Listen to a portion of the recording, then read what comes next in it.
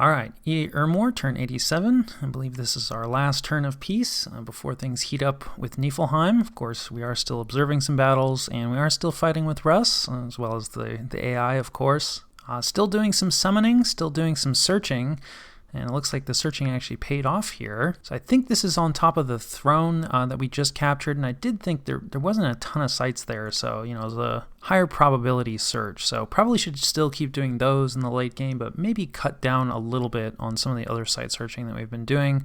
One of the things that reviving the Bane Lords, that's new. I am breaking down. I don't love these guys, but we are definitely going to need anti-thug and anti-super combatant chassis, and, you know, while our liches can somewhat accomplish that, I feel like having another threat vector, you know, would be nice, like really just somebody to carry some great swords of sharpness or something like that. We probably will switch over to more Banes rather than Bane Lords, simply because they're cheaper. Because I don't really think we're going to be able to build, you know, thugs or super combatants that are going to be able to match Niflheim's, you know, 1v1, but having like a pack of Banes, like each of which, you know, has like a great sword of sharpness, or maybe they actually have a decent weapon that they come with. So maybe just like some strength boosting items, or I don't know, I'll have to think about their kit a little bit. We definitely won't have enough, probably ever, certainly not by the time the war starts.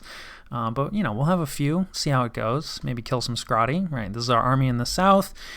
Yeah, we're trying to kill Ubar's god, because, you know, this army is going to be really busy soon, and I really don't want Ubar's god just running around.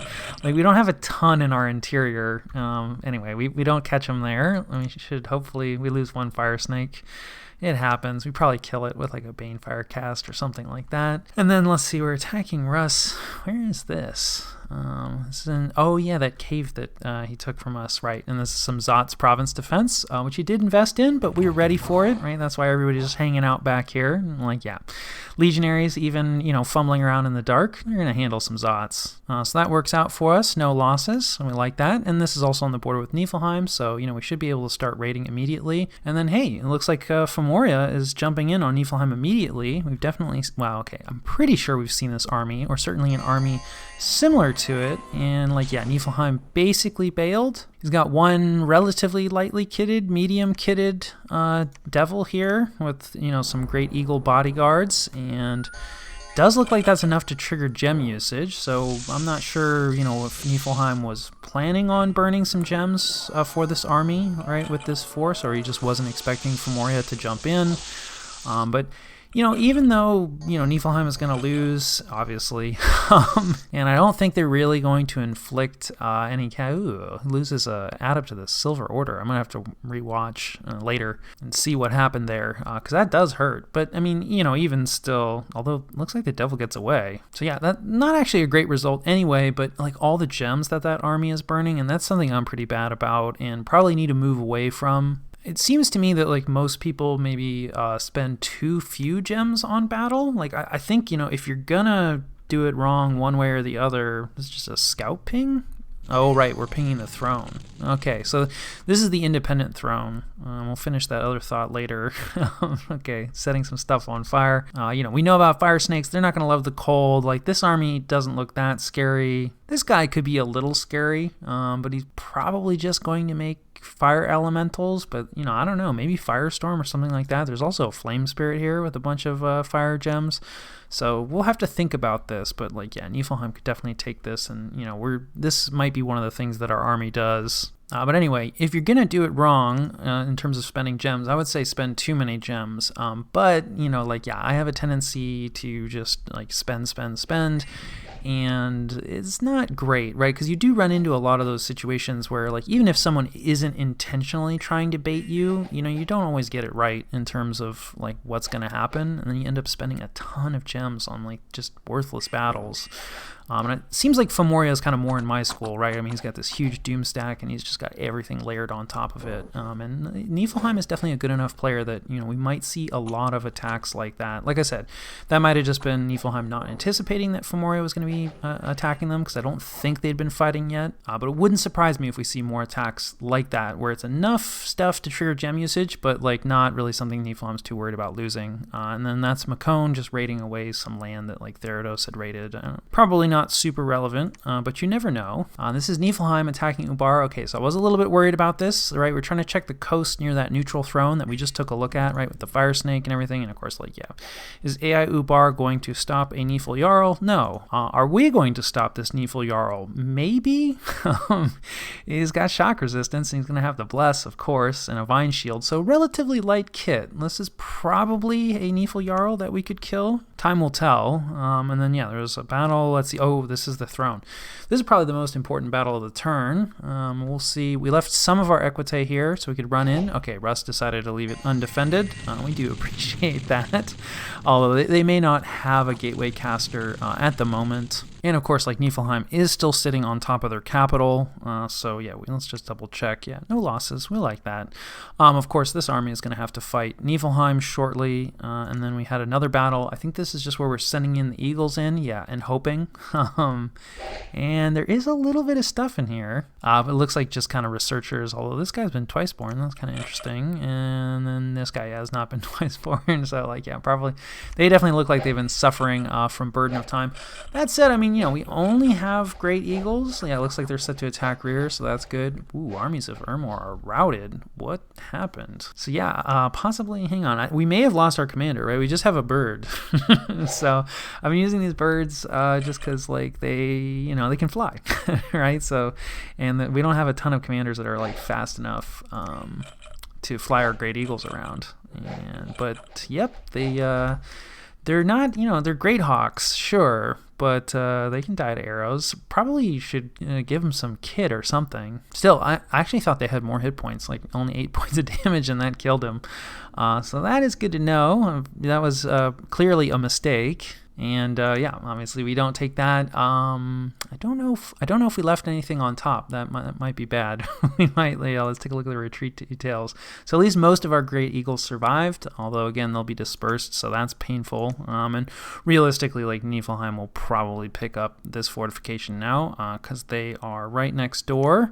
And then this is where we are trying to reduce our Vanir load. Okay, so we're actually doing, you know, some buffing here to prevent ourselves from dying. We should have 3 Wind of Death casts. Of course, like, yeah, one of these Van Herses has been kitted out. I didn't think there was any kitted Van Herses, but clearly I was wrong. And like, somebody's casting Flight, so like, we're not going to get 3 Wind of Death casts.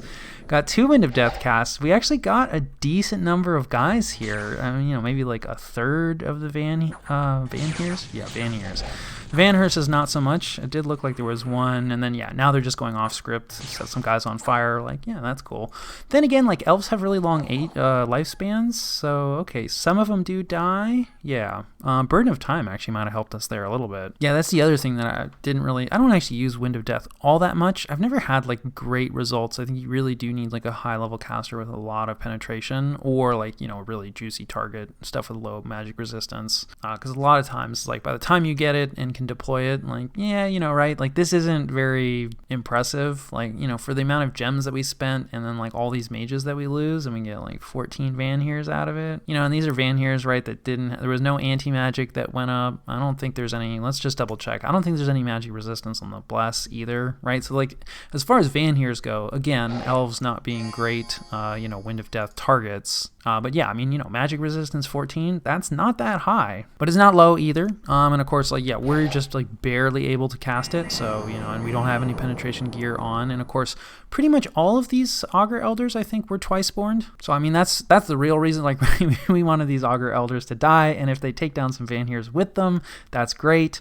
But, you know, it does kind of, you know, demonstrate this, like, well, like, Wind of Death is really something you need to think about. You can't just press that button and always have it work. And yeah, there they all are down there, being reborn. And we had some unexpected events. Hey, you find some nature gems. Yeah, local lords are feuding. That's actually kind of a nasty one as far as the unrest events go, but that's okay. And the fortification in Abyssia is still breached, so, you know, we could send more stuff in if we had it, which we do not. And I will catch you guys after the jump. All right, this is the situation and what we're doing about it. Tough turn, not just a lot of decisions to make, and some of them were difficult to make. So let's talk about it. Let's talk about the easy ones first. So we're sending in a bunch of raiders. This is mostly just like our augurs with the fire elementals. Like we've seen all this before. So I have pretty high hopes for the initial set of raids. But as we push deeper into Niflheim's territory, they're gonna burn out pretty quickly. I think they'll also probably get jumped on, although Niflheim doesn't have a ton of magic phase options or answers. It is, of course, late enough and the player is good enough that, I expect they'll have solved, or at least partially solved, that deficiency.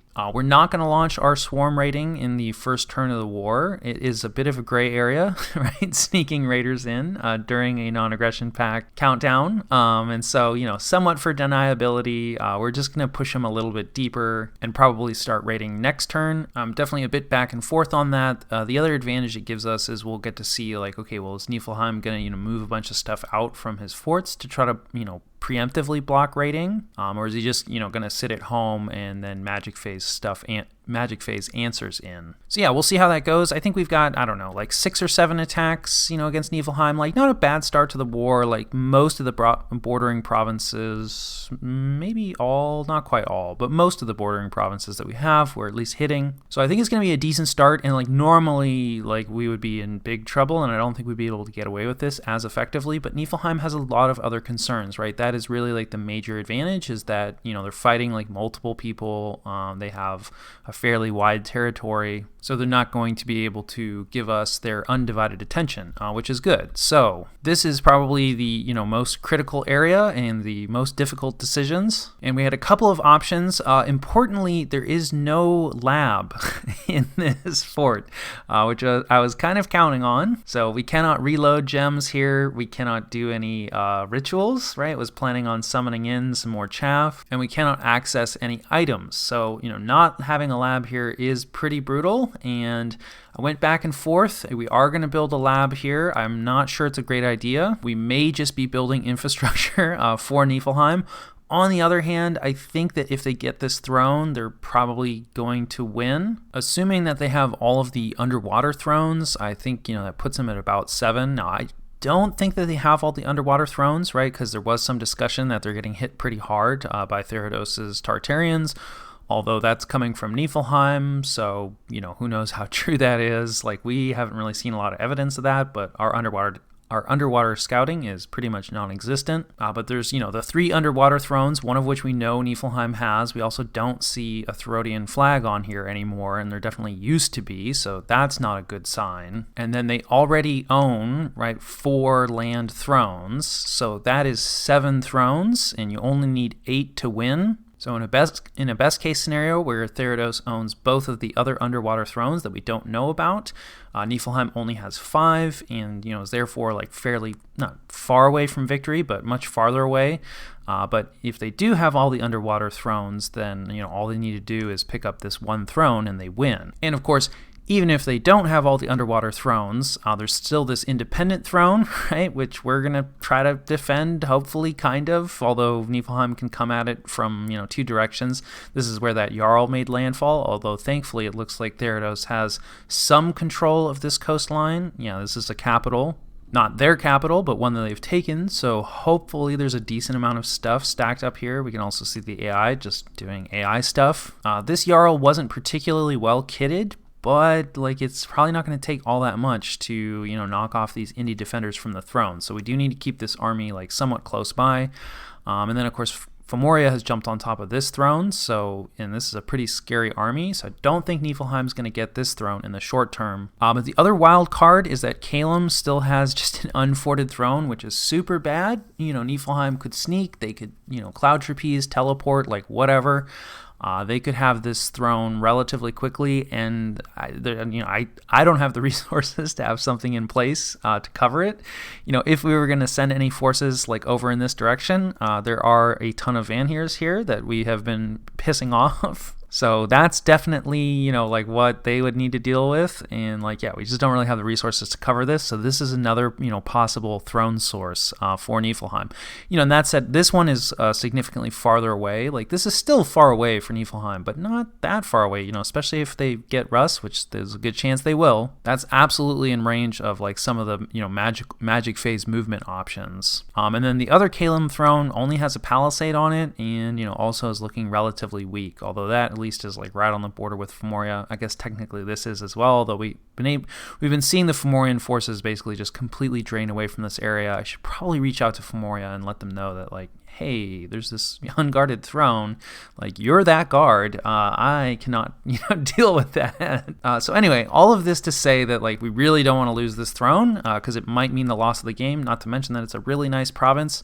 But I'm not super hopeful about our chances of being able to hold it. And that is mostly because this army is not great, right? We kind of just slapped this together. We were hoping to have, a few more turns to really like put this together. And it's basically kind of like missing a killing component, I would say. Like we have some chaff, like we have a decent amount of chaff, but none of this is really going to be able to kill, these omni-resist regenerating Nifl giants. We do have pretty good mage support in terms of like army mage support. So, there's a decent amount of army-wide buffs that we can get off. So I think, we can create a respectable like grind situation, but we're just never going to get any kills. So we really kind of need, more mages here. And I think, possibly I haven't recruited enough augurs. Like I think early age Ermor does kind of like lack a, killing element, specifically in the late game. I think, in the early game, depending on your bless, you can rely on your Equite of the Sacred Shroud to be like that killing component of your army. In the mid game, the augurs and the augur elders, right? Your spellcasters have a lot of good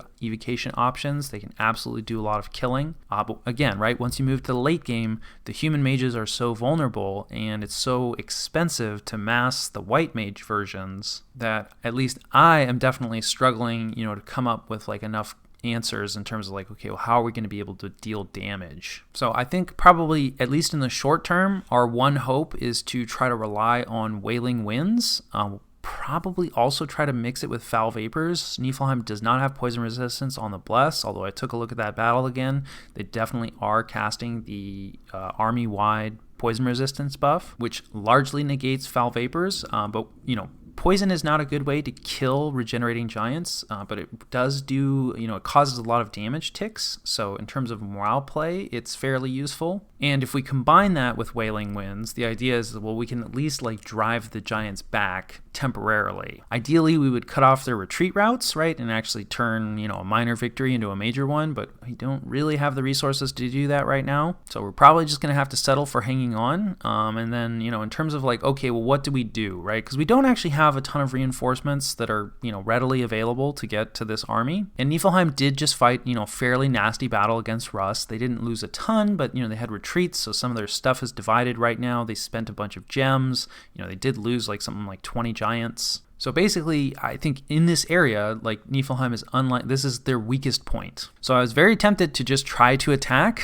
right? Because it's like, well, it's going to take us a little while to get stronger, and Niflheim is probably not going to get any weaker than they currently are. So maybe now is the time to strike. But for all the reasons that I just discussed, like I don't think we can win that battle. So the other option, right, is to try to destroy. He's got like a bunch of siege strength here, which I think he brought down from Hinnom up here. And there isn't too much here. I mean, there is a Queen of Thunder, so you always have to respect that. But I do think we could absolutely kill this with, all of our forces, and then we could fairly quickly crack this fort. And then the nice thing about controlling this province, even if we don't take the fort, our raiders can, get loose into this territory, which of course we talked about a lot in the context of Russ, but never really managed to pull off. So there was an argument for sending our army to that fort. But again, like we really need to hold on to this throne, and then we're kind of out of position, and then they can push, on our capital. So like I just don't think we're really going to have the time, to crack and take this fort. I also don't think that this is going to hang out, right? I think that Niflheim has to respect that, we have enough stuff here to kill this, so I think that this is going to consolidate with his main army, or maybe even retreat.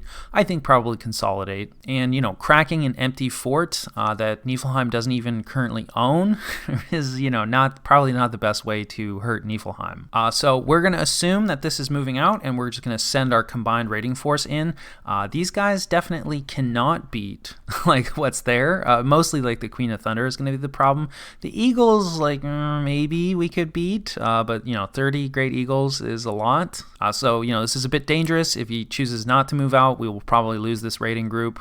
And then, of course, the other thing is, okay, I just talked about how we're not going to attack, and yet here's an attack order. So the other thing to consider is that Russ still has like a decent amount of stuff in their capital, and this fortification is cracked. So, I would like to assist them at least a little bit, and we're going to try our hand at, a spoiling attack and try to gem bait. So this has no hope, right, of really doing much of anything other than hopefully gem baiting. I don't really know the rules on gem baiting, and I don't really particularly care to dig into it exactly to be completely efficient. So we're just going to give this a shot. We're not really losing anything that like we can't afford to lose. We were using the communion a little bit, but we'll bring in some more human mages. But like none of these guys are like twice born or anything, and basically I think that if these guys hang out, right, they're gonna die in a like remote attack spell. In fact, this attack may never go off because there's a pretty good chance that we're gonna get hit with a Murdering Winter this turn. Now the Fire Snakes can survive that, so like the Fire Snakes, like that is a loss. But otherwise, like other than the gems that we're spending, like I think all of this is just going to die in a remote attack spell anyway. So I figure, well, let's try to throw it at Niflheim. I'm sure Niflheim wants to finish this off as soon as possible. So I think there's a pretty good chance that they try to storm this turn. And, if we can trigger gem usage, Niflheim's pretty good. So they probably put enough gems on that, won't matter. But on the other hand, right, they just fought a battle. So it can be difficult to bring up gems in time. Right, so an army of that size burning gems like 3 times in 2 turns, that's pretty challenging to sustain. So we're going to try to put a little bit of pressure on Niflheim in the hopes that we can make their life more difficult when they go in against Russ. And hopefully we're not really losing anything that we can't afford to lose. We still have like enough Fire Snakes at home. Well, not home, but our temporary home. So like we've got about the same amount of Fire Snakes, split in our main army. And again, I don't really think, the chaff, I think, is not really going to be the problem for this army. It's that, we're missing the killing component, and the Fire Snakes are pretty much just chaff in this instance. So anyway, that was the hardest part of the turn. We'll see, could just be a huge waste of resources. We'll see how the rating goes as well. Of course, building the infrastructure does cut into our recruitment. We're definitely recruiting, no troops this turn whatsoever. And I'm sure like we've cut some mages, like probably, in our interior. So a lot of interior places and places on the border with Femoria, like, we don't have the money to recruit anything. Otherwise, continuing to try to dig in on this throne, although we are moving at least some guys out to collect these eagles and also just sort of spread out and get some forces into Helheim. I think I might be jumping the gun. I might be defending too deep, basically. I am pretty concerned about magic phase movement, so I think leaving this empty, this fort is weak enough that Niflheim could absolutely magic phase or sneak some thugs in with some of those axes that help break down walls. And if this is really lightly defended, they might be able to take it even though they don't have a lot of the surrounding land. So I do think it's important to have a credible defense here. On the other hand, I am starting to stack up like too many human mages here, and we're probably still in range of some remote kill spells. So we need to try to balance with like defending it versus like not stacking too much vulnerable stuff in the same spot. Also, again, if Niflheim doesn't do that, right, and we can see like just a traditional army starting to mass here, like we might be defending a little too deep. Maybe it'd be better to defend like this fort, or we certainly don't want to lose Helheim. We're getting a lot of gems from there. And then of course, there's this throne down here. So like, is this too deep to be defending? I'm not sure. So we definitely will be moving some stuff up towards Helheim. Speaking of Helheim, we're going to try to start to fill that with some chaff. Terracotta soldiers are actually not the greatest chaff because they don't have cold resistance. resistance, and they don't have a lot of hit points, so Murdering Winter I think is actually going to be pretty effective against them. So we're probably, going to try to not have too many in one place, and we're going to mass them in places that, we're less likely to get hit with a Murdering Winter. I think Helheim is like not as important as like, say this Throne Province here. So yeah, when we have a Throne Defense, we have moved out already like most of this stuff. Like, yeah, we still have a few human legionaries, and of course the birds will die to Murdering Winter. So we will lose stuff to Murdering Winter. Like, yeah, here's a few terracotta soldiers we still have, but like mostly this is going to be fairly resistant to the remote attack spells. Yeah, a few human priests and such. Ooh, ouch, I missed giving this guy cold resistance, so we might lose a flame spirit. That would hurt. Sadly, this turn has rolled, so have to live with these mistakes. But anyway, we're going to keep an eye on this army, right? I think there's a pretty good chance that it goes for this throne here, but he could also send it south, right, on a long mission. So, we'll see. Then speaking of the south, we see a Scrotty Thug here, and so I think there's a good chance he's going to try to lock down this fort, which we're not really going to try to prevent because I think it probably has a lot of fire resistance, and that's pretty much all we can do, so, not really worth it. But we are going to send our army over, just to try to block. We don't really 100% know what is in this fort, and so again, we're just going to try to use this army to block like both Niflheim's advance towards this throne as well as our own throne, while hopefully holding onto or maybe even picking up some territory. That said, caster wise it's in a pretty good place, but we are definitely missing, we have very little undead chaff here with this army, so it does need to reach a lab or have someone, probably reach a lab, because this is pretty much where all of our death casters are. We want to bring in some more undead chaff just to make sure, right, that we don't get eaten by ravenous swarm. So yeah, this army has been in motion for a while, and could use a turn or two of building its numbers back up. So regardless of what happens, we may actually move into this fort and, like I said, spend 1 or 2 turns there, depending on how pressing the situation is. And yeah, otherwise a mixture of summoning and forging, I think none of which is particularly new. We are making a flesh eater just because berserk is useful and our pretender's the only one that can do it. We have just a few blood slaves, so we can make I think 1 more of those axes. That'll be nice to have. We are bringing back some of our eagles. We're also going to leave a few eagles on top. Hopefully this is enough to prevent Vanheim from rebuilding the walls.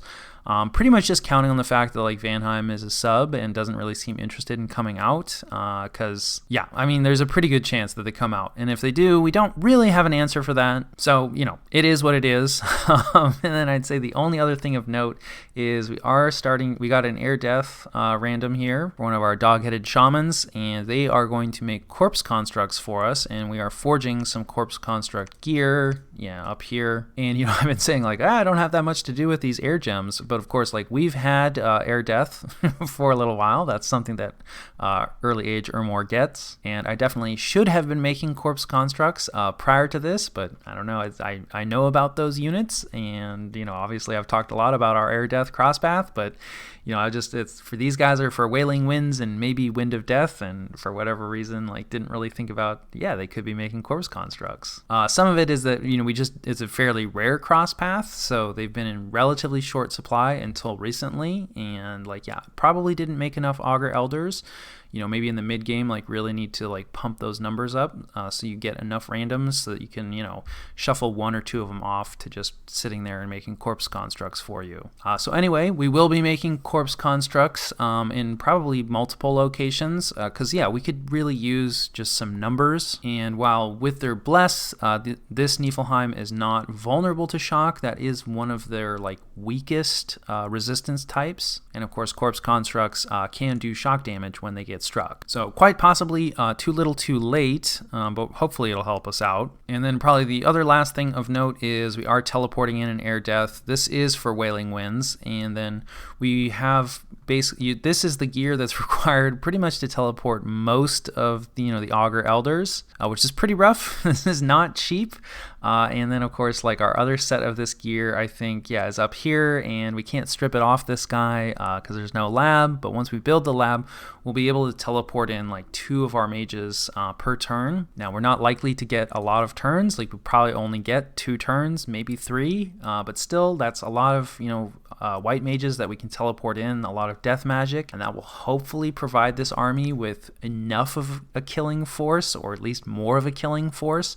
So that's kind of the short to medium term plan in terms of like trying to improve this army a bit. But yeah, I think it's going to be a rough war, and but it should be interesting, and I think that more or less covers turn 87.